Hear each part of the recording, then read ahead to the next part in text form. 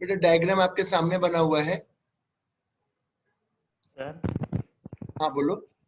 Sir जो अपन ने series LCR circuit का डेरिवेशन किया था उसमें अपन ने करंट की भी इक्वेशन अज्यूम की थी और सप्लाई वोल्टेज की भी अज्यूम की थी। हाँ तो सर मतलब एक्चुअली में करंट की वही इक्वेशन आएगी कि कुछ और भी आ सकती है? अभी सवाल से समझा देंगे, अभी क्वेश्चन से करा दूंगा, ठीक है ना। अभी क्वेश्चन करेंगे तो हो जाएगा। मैं समझ गया। मैंने कुछ अज्यूम किया उसमें। उत्कर्ष, मैंने ऐसा कुछ नहीं था कि अज्यूम किया। मैंने करंट में फेज 0 माना और वोल्टेज में 5 मान लिया। आप ज्यादा से ज्यादा क्या कर सकते हो, करंट में 5 लिख दो, फिर वोल्टेज में 0 लिख दो, बस इतना ही फर्क हो सकता है। भाई करंट की इक्वेशन तो एसी में I naught sine omega T या I naught cos omega T ऐसी ही होगी। वोल्टेज की भी V naught sine omega T, but phase difference होगा 5। रेजिस्टेंस में 5 की वैल्यू 0। वोल्ट अगर हम केवल इंडक्टर लेते तो वोल्टेज का फेज पाई बाय 2 ज्यादा रहता। अगर केवल कैपेसिटर लेते तो वोल्टेज का फेज पाई बाय 2 करंट से पीछे रहता। अब एलसीआर सीरीज में जो फेज डिफरेंस है वो माइनस पाई बाय 2 और प्लस पाई बाय 2 के बीच में होगा। अजम्पशन तो कुछ था ही नहीं ना। इक्वेशन तो बताओ, एसी करंट की इक्वेशन क्या होगी, आई नॉट साइन या कॉस। सप्लाई वोल्टेज की इक्वेशन क्या होगी, वी नॉट साइन या कॉस विद सम फेज। और क्या बन सकती है एसी में करंट की इक्वेशन, थोड़ा मुझे बताओ। What can be some other equation? It can only be sine और cos with some peak value. बोलो। हाँ ठीक है सर। उत्कर्ष, कुछ और डाउट हो तो पूछ लो, फिर आगे बढ़े। सर तो अपन ने जितने क्वेश्चन किए थे उसमें अपन ने करंट में I naught sine omega T ली थी ना इक्वेशन। अब मैं तुम बुक में बना दूंगा एक वैसा सवाल इस क्वेश्चन के बाद। क्या? नहीं अब नहीं। बात, हाँ एक क्वेश्चन बना देंगे अपन। क्वेश्चन करो बेटा ये।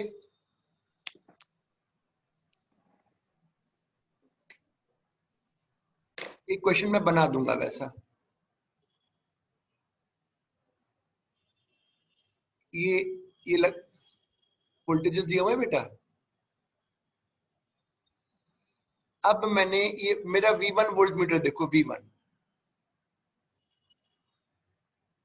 मुझे V1 की वैल्यू बताओ क्या होगी, बस इतना डायग्राम बना के V1 की वैल्यू बताओ क्या होगी। Reading of V1।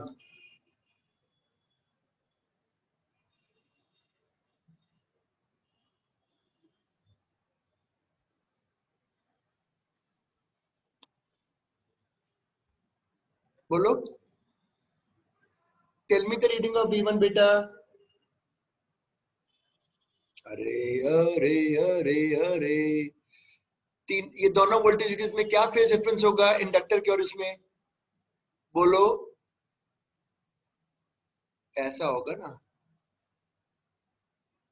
तो V1 की रीडिंग होगी।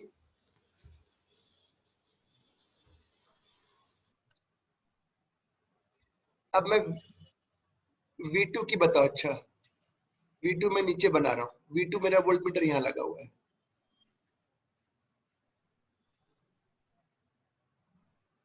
बोलो V2 की क्या रीडिंग होगी। श्वेता बोलो, V2 की रीडिंग क्या होगी? सर 3√2। बेटा वो तो V1 था ना, ये 3 है, ये 4 है। V2 और 5। 5 वोल्ट, वेरी गुड, क्योंकि ऑब्वियसली ये इनके बीच में एंगल 90 डिग्री का है, 5 हो गई। और अब मुझे बताओ यहाँ पे जो वोल्टेज लगा, ये सप्लाई वोल्टेज की वैल्यू क्या होगी इसकी? इसकी बताओ मुझे वैल्यू क्या होगी इसकी, V की। सप्लाई मतलब V3 पूरा वोल्टेज, बताओ इसकी क्या वैल्यू होगी, देखें कौन बताता है।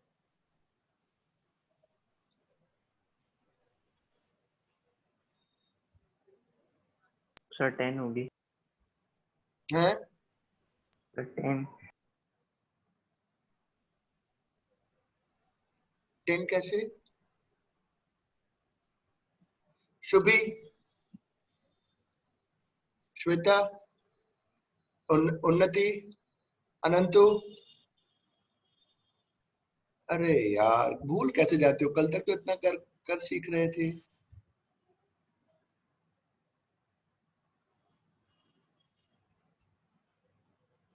टेन कहां से बोल रहे हो यार? √10 बोलो ना। √10 बोलो, तुमने 10 बोला था, बस वही गलती है। ये हो गया।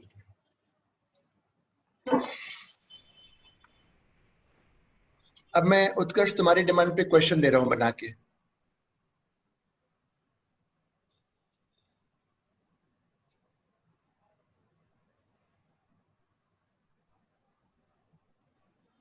लिख लिया सबने?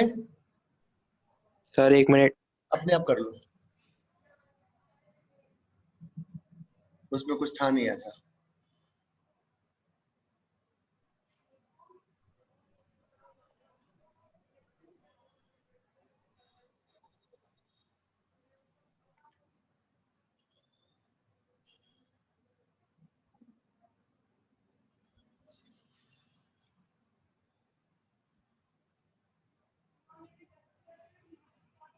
ये लो उत्कर्ष, इस बार वोल्टेज में फेज नहीं लिखा है।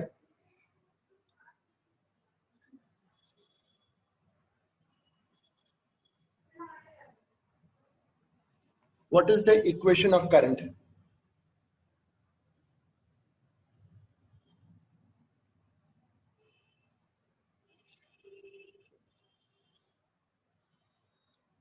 इम्पीडेंस बताओ पहले कितना है सर्किट का। अरे फटाफट आंसर देना चाहिए यार। 5 ओम, 3 और 4। पीक करंट बताओ मेरे को कितना होगा। 20 डिवाइड बाय 5, 4 एम्पियर। अब मुझे बताओ जो इक्वेशन होगी, 4 साइन 10t, कुछ फेज होगा ±5 वोल्टेज के रिस्पेक्ट में।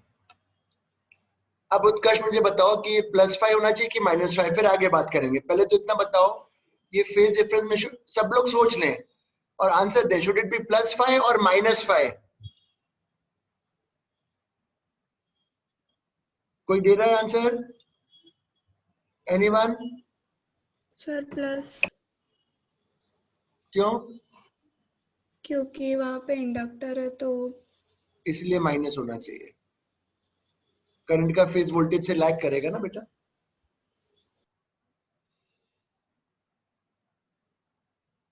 करंट का फेज कम होगा ना वोल्टेज से, इंडक्टर लगा है इसलिए।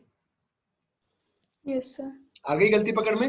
अब फाई निकाल लो, tan फाई निकाल लो चाहो तो। tan फाई होता है आपका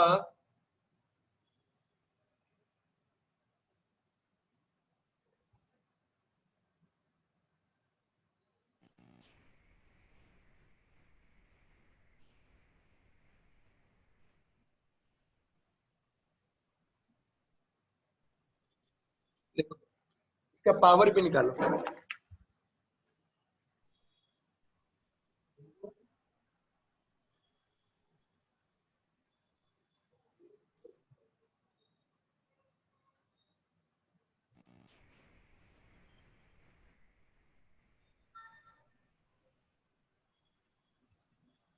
इसका भी पार्ट।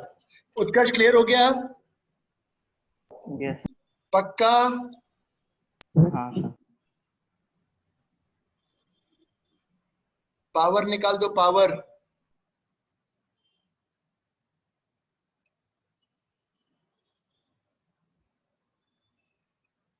सबसे इजी चैप्टर था ये, और इंटरेस्टिंग भी। मुझे बहुत अच्छा लगता है ये चैप्टर।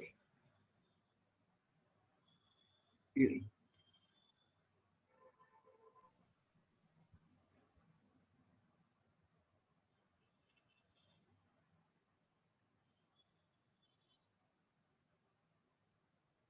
एक और क्वेश्चन यही दे रहा हूँ, मैथ्स के बच्चों के लिए है वैसे तो। क्योंकि श्वेता, जो बायो वाले बच्चे हैं, अपने पुराने पेपर्स देखो तुमसे कितना बन रहा है। अब टेस्ट तो मैं करा करा के तुम्हारी प्रैक्टिस करवा ही दूंगा, बट इतने टेस्ट मैंने कभी नहीं कराए जितने अब करा रहा हूँ। 11th जो पढ़े हैं मुझसे वो जानते हैं, उन्होंने देखा है कि मैंने क्या कराया था लास्ट ईयर। और मैंने कहा था 12th में आओगे तो खूब कराऊंगा।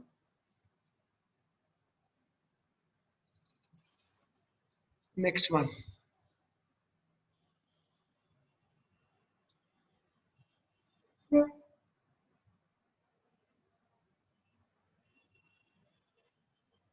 ये सवाल बहुत बढ़िया कॉन्सेप्ट कर, वेरी नाइस। चाहोगे तो 2 करवा दूंगा, not an issue at all.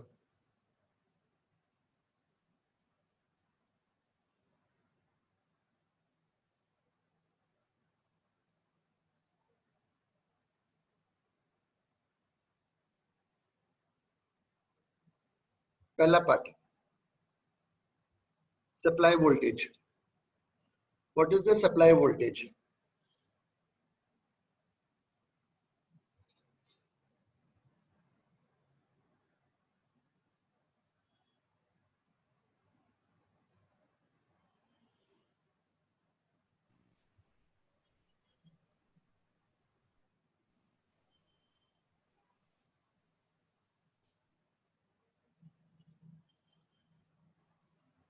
बोलो ना यार, आंसर नहीं देते हो तो लगता है कि बस। कितना है सप्लाई वोल्टेज? अरे बोल भी तो सकते हो। हाँ ठीक है, 4√2।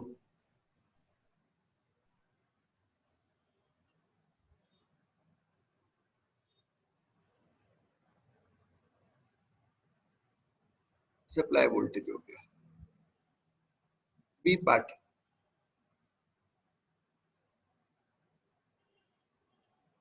बी पार्ट,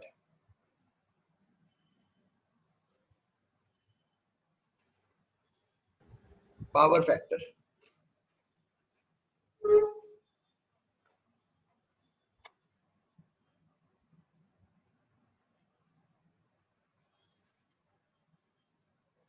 बोलो पावर फैक्टर कितना है? सोचो, पहले पावर फैक्टर का फॉर्मूला याद करो।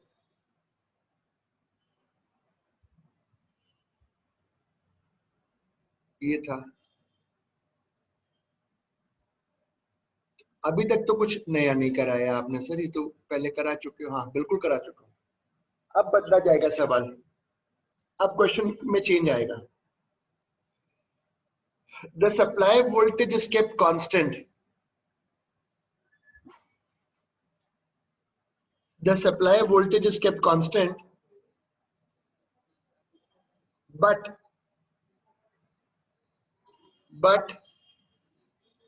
the frequency is doubled. But the frequency is doubled.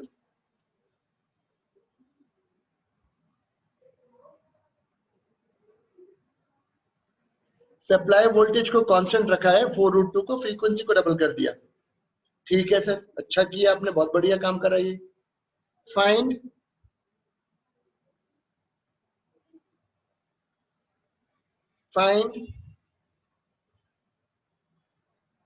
the new voltage of each component. Find the new voltage of each component.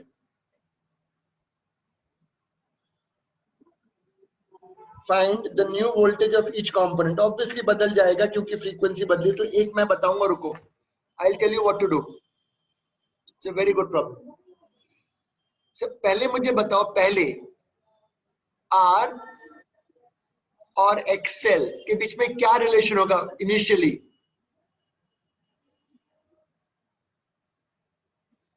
Initially R और XL के बीच में क्या रिलेशन होगा? कौन बता सकता है? R बड़ा होगा XL से या XL बड़ा होगा? सब बराबर होगा क्योंकि दोनों के वोल्टेज बराबर है। फ्रीक्वेंसी के बढ़ाने बाद में फाइनली कब, मुझे नहीं दिखा। अब फ्रीक्वेंसी को डबल कर दिया। आर की वैल्यू बताओ, बढ़ जाएगी, कम हो जाएगी, सेम रहेगी? हाँ अनुज, आर की वैल्यू पे क्या फर्क पड़ेगा? हाँ श्रीनिवास, उत्कर्ष, आर की वैल्यू पे क्या फर्क पड़ेगा? आर बढ़ जाएगा, कम रहेगा कि सेम रहेगा फ्रीक्वेंसी के बदलने से? श्वेता क्या होगा आर पे? सेम रहेगा। सेम रहेगा। इसमें उत्कर्ष इतना सोचने की जरूरत ही नहीं थी। एक्सेल की वैल्यू बताओ क्या हो जाएगी? आधी हो जाएगी, सेम हो जाएगी कि डबल रहेगी? डबल हो जाएगी। Shubhi sir double. डबल हो जाएगी, वेरी गुड। मतलब डबल हो जाएगी, मतलब अगर पहले तो 2r हो जाएगी, पहले r के बराबर थी तो 2r हो गई। अरे सर अब समझ में आ गया मुझे क्या करना है। इसका मतलब ये हुआ कि अब जो नए वोल्टेज की अगर हम बात करेंगे, नए वोल्टेज की, ये मैं 4 क्लियर कर रहा हूँ ना, 4 मैं रब कर देता हूँ क्योंकि अब तो 4 होना नहीं है।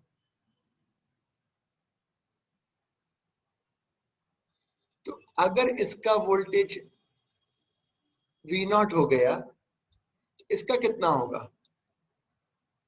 V0 के टर्म्स में? ऑब्वियसली 2V0 होगा क्योंकि ये डबल एस। अब क्या करोगे सर? अब कुछ नहीं करूंगा, जो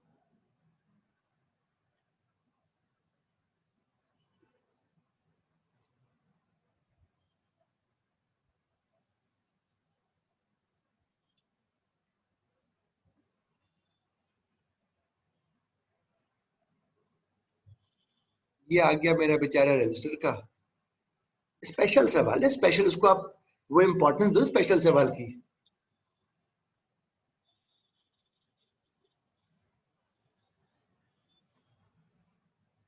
हाँ अनंतु बेटा पूछो, क्या पूछो? सर वो गलती से हो गया था। चलो कोई नहीं।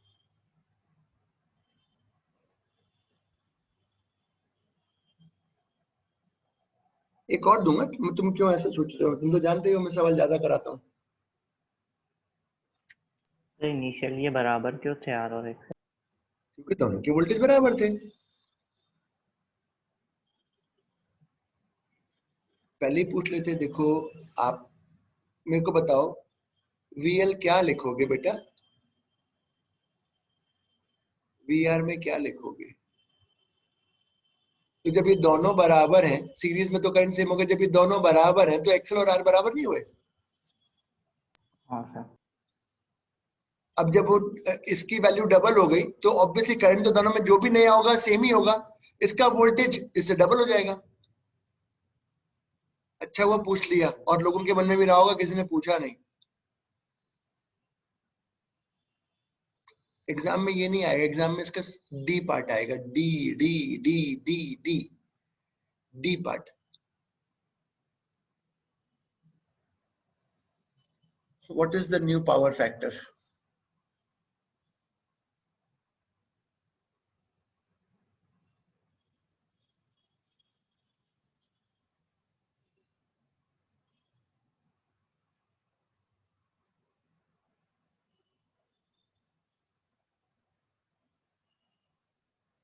What is the new power factor?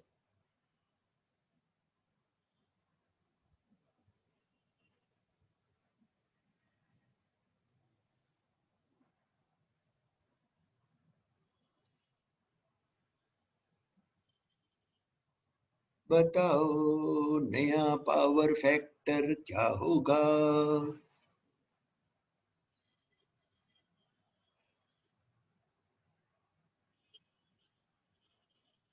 ये होगा ना सर जी।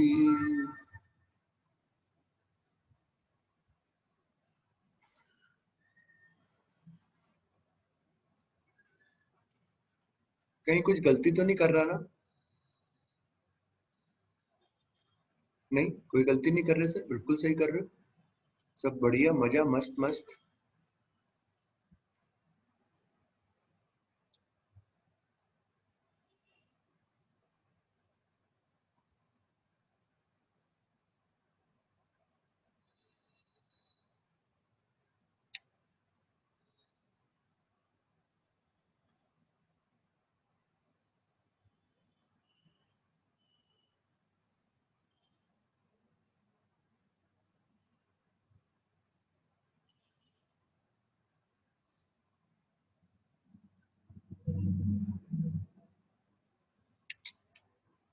नेक्स्ट, ये मैंने क्लियर करा, एक और दे देता हूं।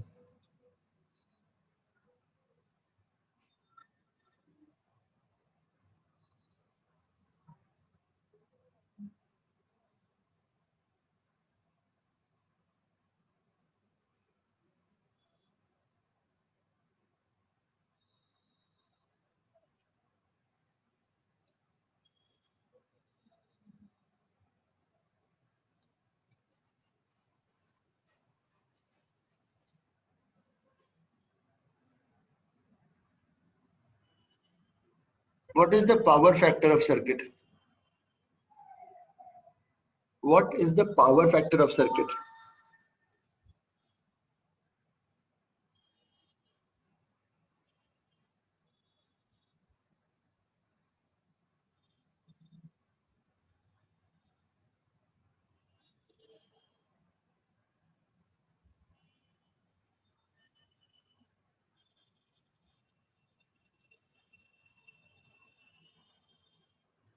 सर 1/√5।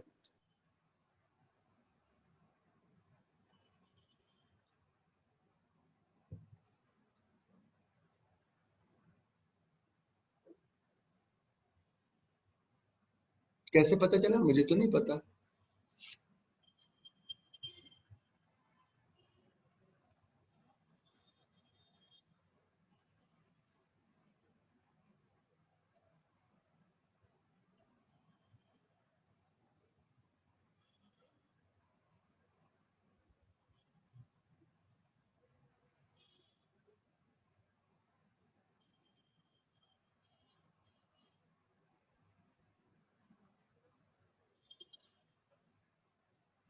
कैसे 1/√5? मुझे तो लग रहा है तुमने गलत बताया है। 2/√5 आ रहा है हमारा तो यार। देखो मैं गलत तो नहीं करा मैंने कहीं?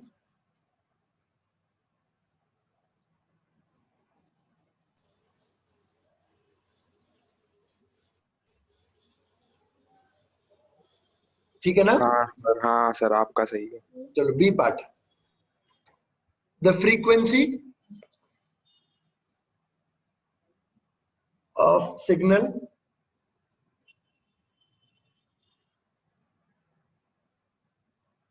the frequency of signal is made half.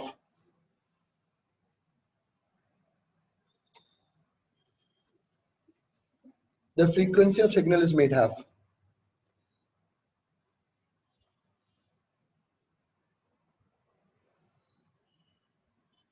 Find the new power factor.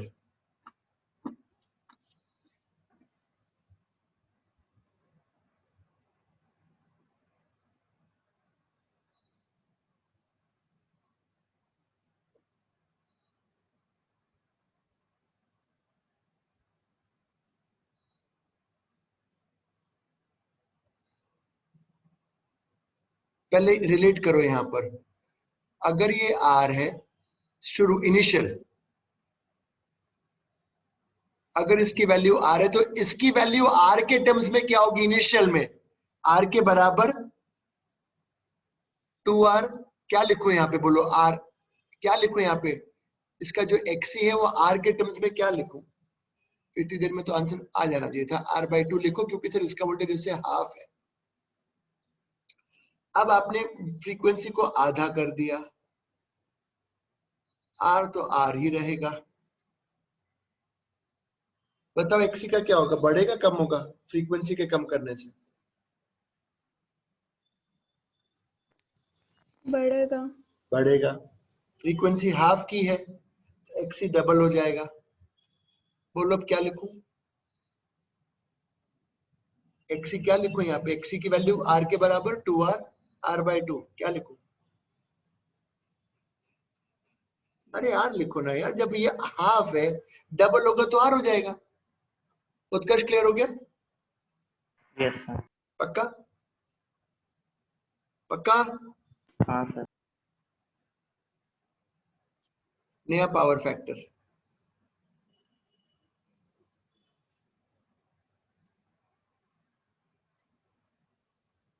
ये लो।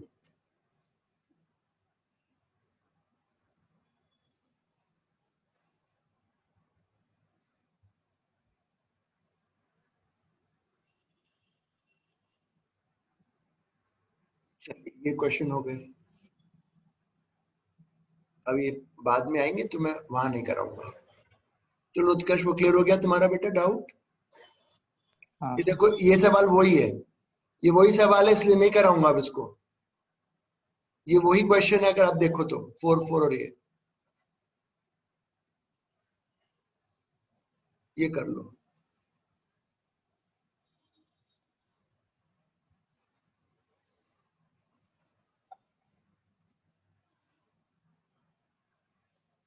डायग्राम बना के फटाफट बताओ क्या करना है।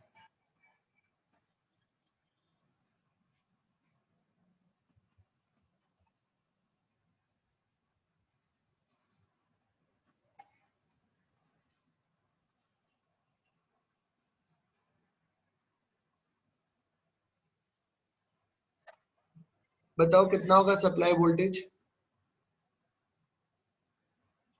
जल्दी बताओ डायग्राम देख कर यार। 6 हाँ 6 वोल्ट होगा, क्योंकि ये बराबर है B part ratio of R is to XL is to XC, तीनों वोल्टेजेस बराबर है। सी पार्ट पावर फैक्टर, बोलो कितना होगा। 1 वेरी गुड।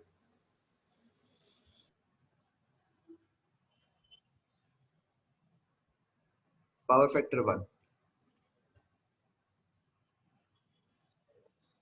इसको मैं हटा देता हूं, अरे सॉरी कैसे हटता है ये, ऐसे ये अब डिलीट डिलीट कैसे हुआ ये।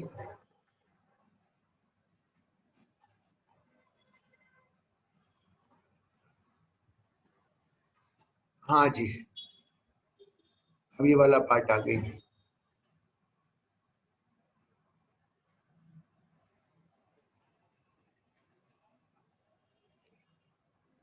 The capacitor is removed by keeping applied voltage constant. Capacitor को रिमूव कर दिया है, ये चीज सेम रखी है। RMS find the voltage of resistor in inductor.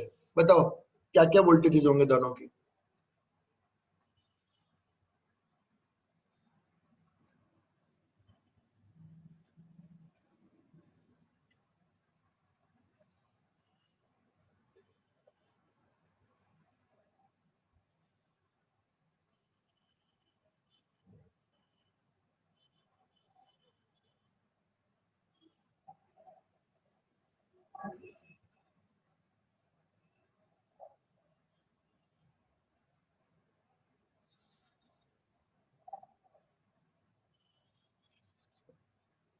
बोलो।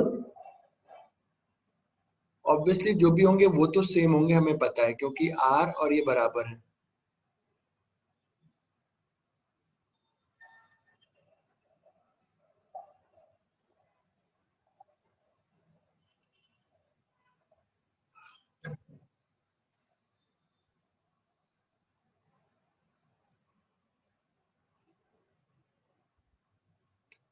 What will be the new power factor?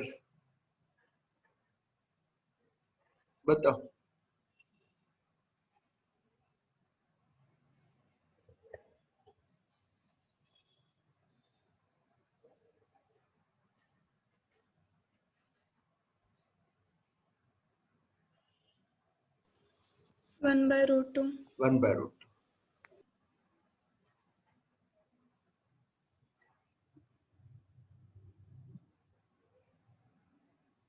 Important problem sir है। वो ऊपर वाला नहीं लिखा था। लिखो।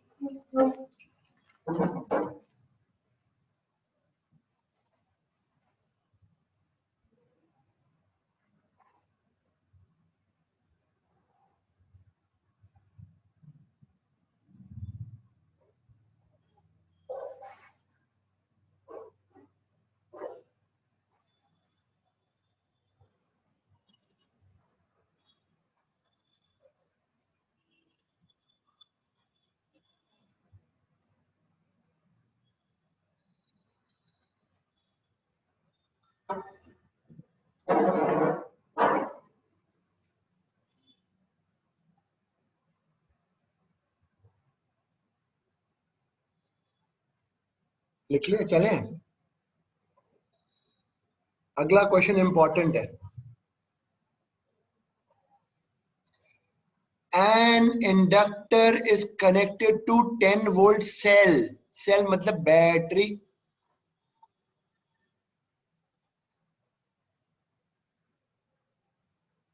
DC and the current is 5 ampere.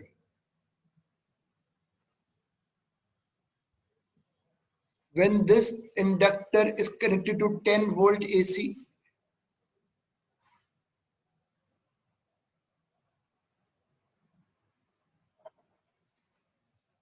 the current is 2 ampere. AC में डायरेक्शन नहीं दिखाते हैं एरोस के साथ, नहीं दिखाते हैं. ठीक है, ठीक है. और ये 50 हर्ट्ज है, ये भी बता दिया. Find the resistance and inductance of inductor. Find the resistance and inductance of inductor.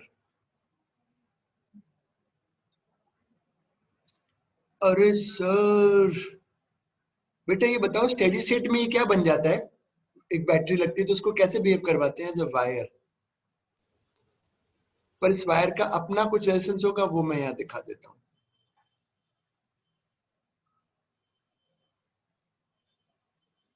नहीं तो हाँ, अब ये 5 एम्पीयर, ये वायर का जो भी रेजिस्टेंस है वो मैंने दिखा दिया. तो इसका जो रेजिस्टेंस का वैल्यू है R,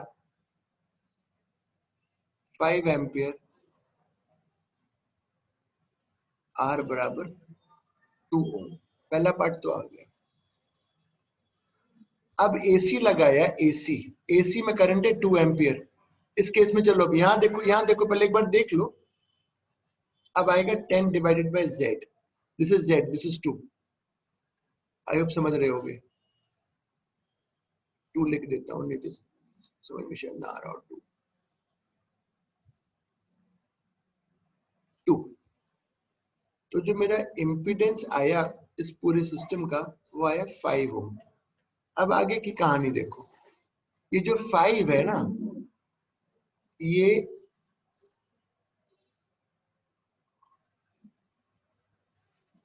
चीज है. R की वैल्यू है 2 ओम.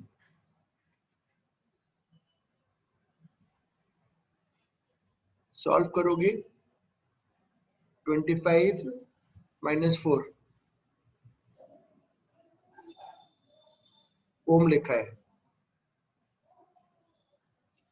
लिख लो. एक और दे देंगे. डीसी में तो बेटा ये इंडक्टर वायर बन जाता है ना, तो ये अब और इसका कुछ रेजिस्टेंस है इस कॉइल के, तो ये वो आर दिखा दिया. उत्कर्ष कुछ पूछना है तो पूछ सकते हो, फिर बाद में पूछोगे, इससे जब पहले पूछ लो अगर कोई डाउट आ रहा है तो. सर नीचे स्क्रॉल कर दीजिए. चले नहीं, डाउट पूछ लो. उत्कर्ष कुछ है क्या डाउट? नहीं. पक्का? उन्नति? नहीं है सर. चलो लिखो फिर. एक और मैं अभी फिर से दे देता हूँ अलग से.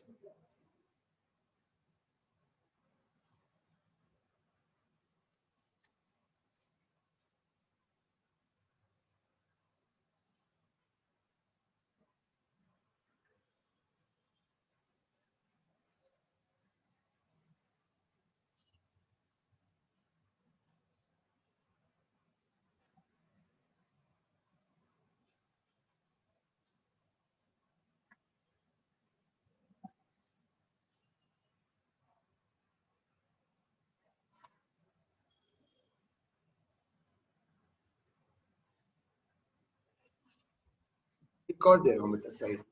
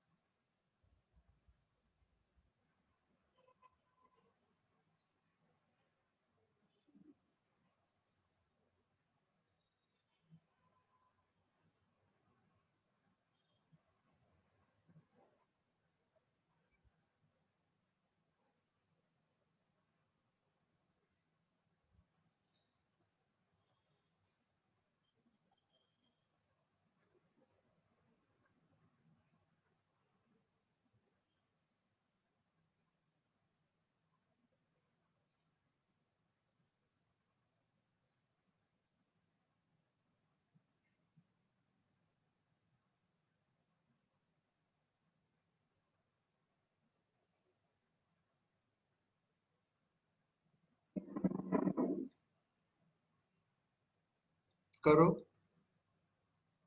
पहले जब डीसी लगाऊंगा तो केवल आर है,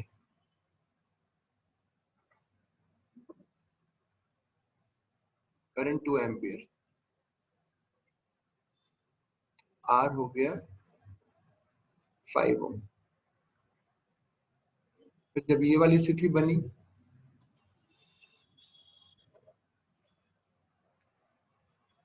one ampere 10 divide by Z 5 ohm, sorry 10 Om.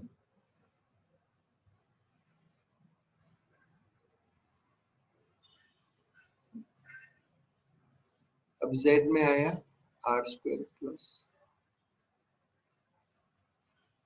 Solve करोगे उससे मिल जाएगी वैल्यू 100 माइनस 25।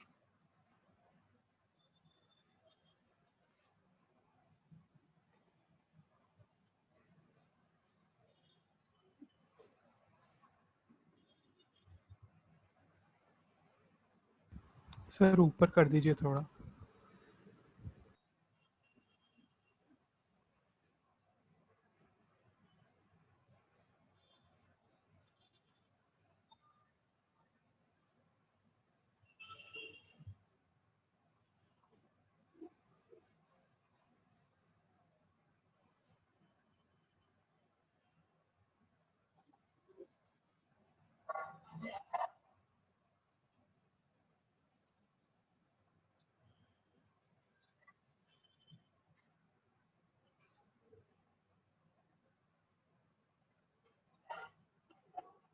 हो गया।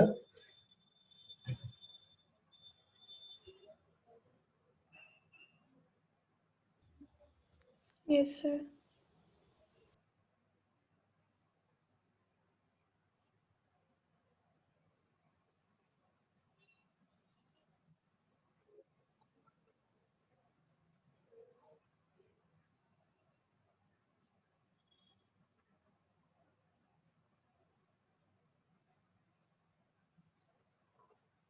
Graph of impedance and frequency of LCR series. Graph बनाने की इच्छा है मेरी, बहुत मन करा ग्राफ बनाने का। तो कैसे बनाओगे, कैसे बनाओगे, इस पे डिस्कशन चलेगा।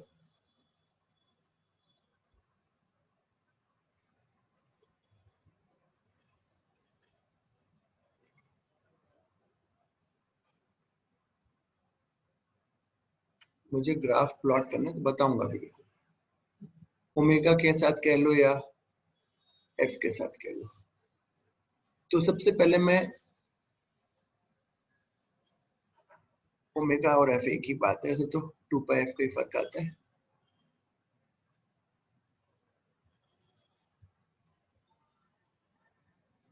जब ओमेगा 0 होगा, इंफिनिटी हो जाएगा इम्पिडेंस, ये इसके कारण से, ठीक है। ये 1/0 इंफिनिटी हो जाएगा। ओमेगा अगर खुद इनफाइनाइट होगा तब भी इनफाइनाइट हो जाएगा, ये वाला टर्म इंफिनिटी हो जाएगा। अरे सर, तो अब बच्चों ये बताओ, स्ट्रेट लाइन तो होगा नहीं, तो क्लियर है। ओमेगा 0 पर ग्राफ ऐसा कुछ शेप लेगा,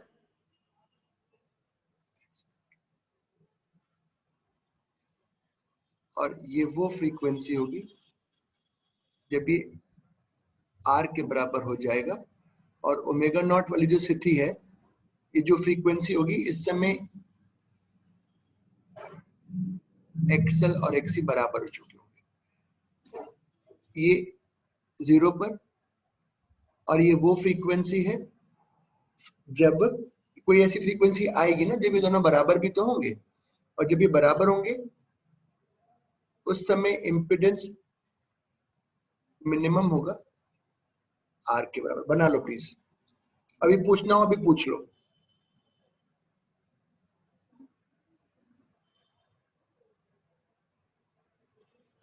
और ये जो ओमेगा नॉट की वैल्यू, ये भी मैं यहाँ लिख ही देता हूँ, फिर आगे बात करेंगे।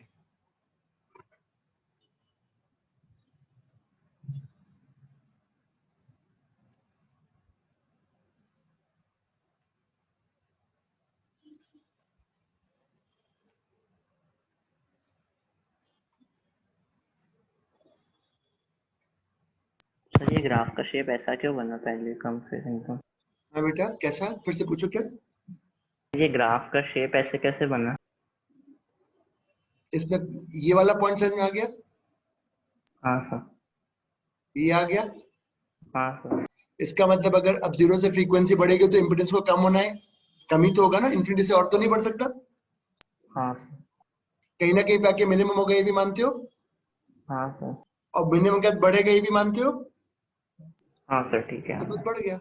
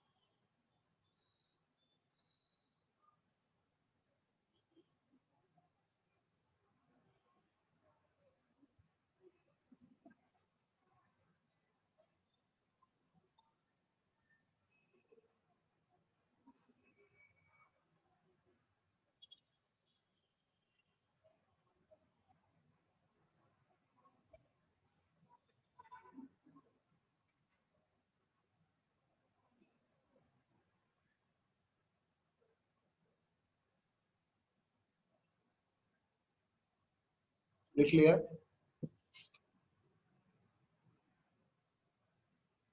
ये जो फ्रीक्वेंसी है जिसपे ये सर्किट कहलाती है रेजोनेंट फ्रीक्वेंसी।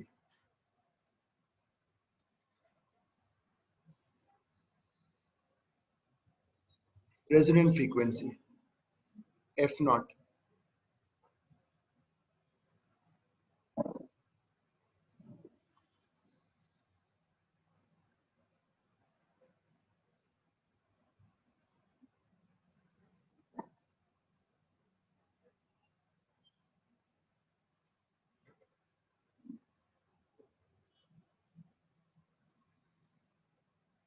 एट रेजोनेंस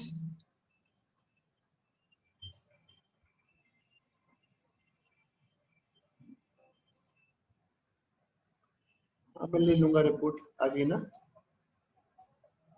हाँ मैं ले लूंगा। अब यहाँ देखो,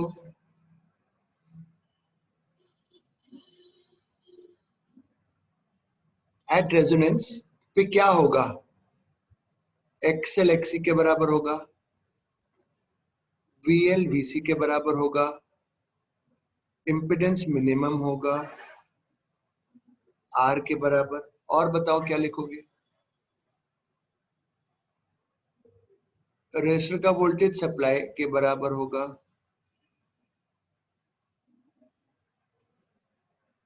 करंट मिनिमम होगा,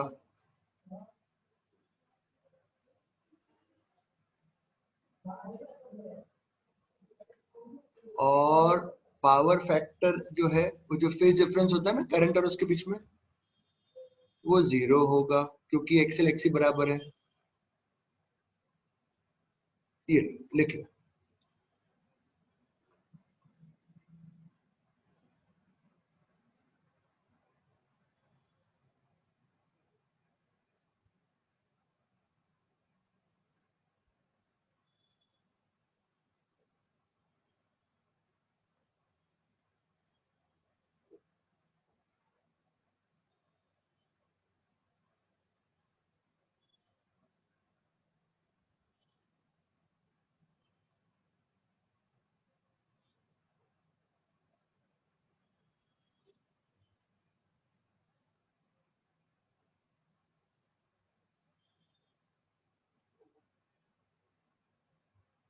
लिख लिया।